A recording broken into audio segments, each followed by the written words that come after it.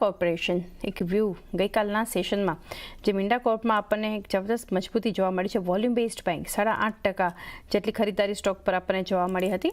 Closing પણ અગર જોઈએ તો એક મજબૂત રહ્યું છે મિંડા કોર્પમાં. શરૂઆતથી જ આપણને આ સંકેતો હતા પ્રી ઓપનના સેશનથી, પરંતુ હવે આગળ મિંડા કોર્પનું ગઈકાલની જે મજબૂતી હતી FY30 માટેનું જે સ્ટ્રોંગ ગાઈડન્સ આવ્યું છે એના માટેનું, પરંતુ સેટઅપ કઈ રીતે જોઈ રહ્યા છો?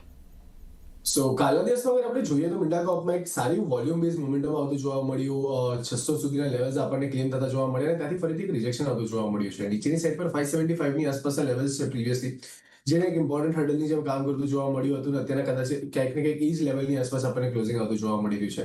તો આ એક મેક ઓર બ્રેક લેવલની જેમ આપણે કન્સિડર કરી શકીએ છીએ. જો અહીંયાથી આપણને મોમેન્ટમ યથાવત રીતે જોવા મળે અને 575 ના લેવલ્સ જળવાઈ દે છે તો એક બાઉન્સ આપણને બંધ જોવા મળી શકે ટુવર્ડ 620 થી લઈને 650 ના વચ્ચે.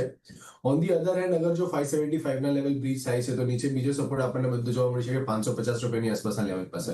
તો થોડું વેઇટ વોચ કરીને ચાલવાની સલાહ રહેશે. ઇનિશિયલ બિલ્ડમાં અગર જો આપણને પોઝિટિવિટી બનતી જોવા મળે છે કે યથાવત રીતે જોવા મળે છે તો તમે અહીંયા નીચે 550 ના સ્ટોપ લોસ થી ઉપરમાં 650 પહેલો ટાર્ગેટ અને 650 ની ઉપર જાય છે તો 700 સુધીના ટાર્ગેટ માટે તમે મિંડા કોર્પને વોચમાં રાખીને ચાલી શકો છો. 700 સુધીના ટાર્ગેટ માટે પણ એક ફોકસમાં રાખી શકો છો મિંડા કોર્પ માટે. તો પણ વ્યૂ લઈએ આપની પાસેથી. ફંડામેન્ટલી આ સ્ટોક પર એક ચર્ચા કરી લઈએ મિંડા કોર્પોરેશન, કારણ કે કંપનીએ જે રેવન્યુ એક્સપેક્ટેશન આપ્યું છે 17,500 કરોડથી વધુ, માર્જિન્સના ફ્રન્ટ પર પણ ખાસા 3.5 ગણા થવાનું એક અનુમાન વ્યક્ત કર્યું છે. કઈ રીતે જોઈ રહ્યા છો તમે?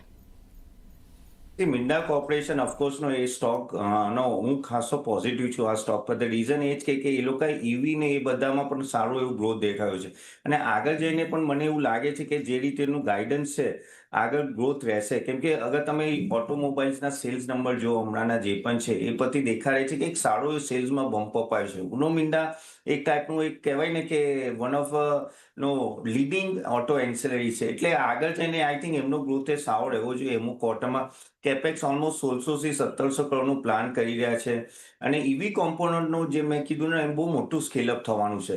ઇબીટા માર્જિને તમે જો તો ઓલમોસ્ટ અગર તમે જો કે 33% યર ઓન ગ્રોથ છે અને જે માર્જિનમાં ઇમ્પ્રુવમેન્ટ છે એ બહુ મોટી વાત છે.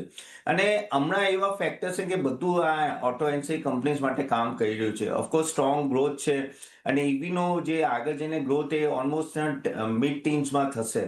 તો આ બધાને લીધે મને એવું લાગે છે કે ઉનો મિંડા આ લેવલે પણનો એક સારો એવો સ્ટોક છે કે જે તમે હંમેશા નજરમાં રાખી. ઉનો મિંડા એક ટાઈપનું સેક્યુલર ગ્રોથ સ્ટોરી બતાવી રહ્યું છે અને આઈ થિંક આ લેવલથી તમે ધીરે ધીરે કહીને આખી એક્યુમ્યુલેટ કરી શકો. મને એવું લાગે એઝ ઓટોમોબાઈલ સેક્ટર ગોઝ આ એક એવો સ્ટોક છે જેની સાથે સારો એવો ગ્રોથ થઈ શકે છે. તો એક વ્યૂ ફંડામેન્ટલી એક સ્ટ્રોંગ આપણને આવતું દેખાડી રહ્યું છે, ખાસ કરીને સ્ટોક સ્પેસિફિક. ત્યારબાદ